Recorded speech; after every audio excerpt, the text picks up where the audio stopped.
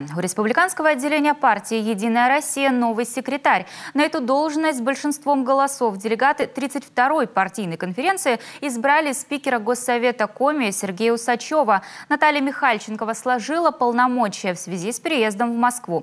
Также единороссы обновили состав политсовета, руководящего органа, и наметили первоочередные задачи отделения на ближайшие 5 лет. Елена Кононова подробнее. 2020 год был непростым. Он стал своего рода экзаменом для всех.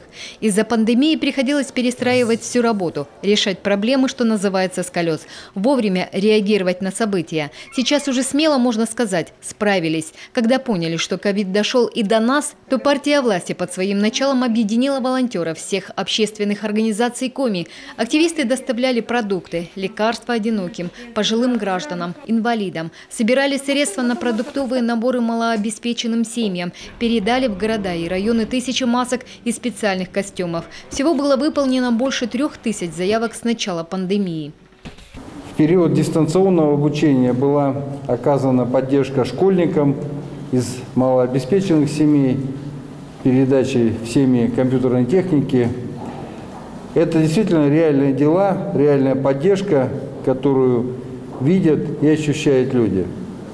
Спасибо за ваш вклад в борьбу с пандемией.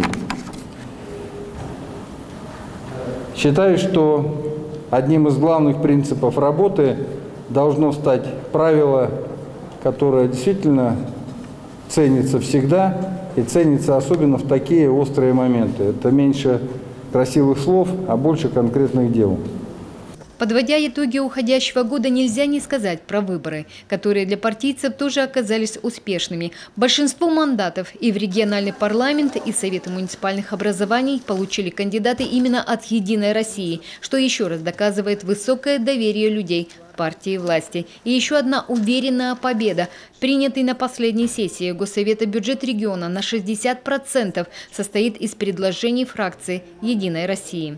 Это является тем планом действий, которые мы в виде обязательств, в виде наказов собрали в течение избирательной кампании. И, проведя работу совместно с правительством, выявили возможности для реализации этого в ближайшие годы. Поэтому сегодня смело утверждали программу действий «Единой России» на ближайшие годы.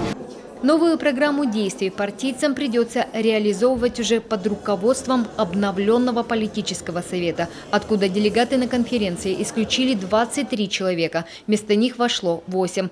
Нового секретаря выбирали тайным голосованием. Наталья Михальченкова сложила полномочия по причине отъезда в Москву.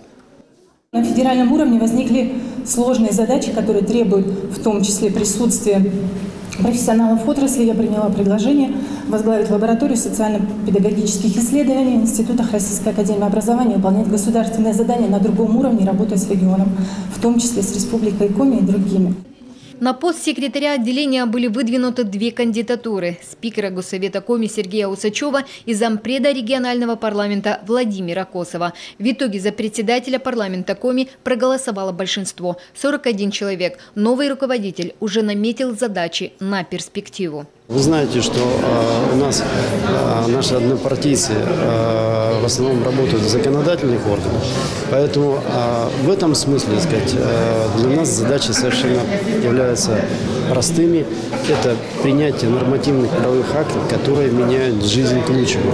Вторая задача любого парламентария и любого депутата – это контроль за расходованием бюджетных средств, чтобы они расходовались эффективно. А вот эти 2 задачи будут выполнять, сказать, и решать депутатский корпус.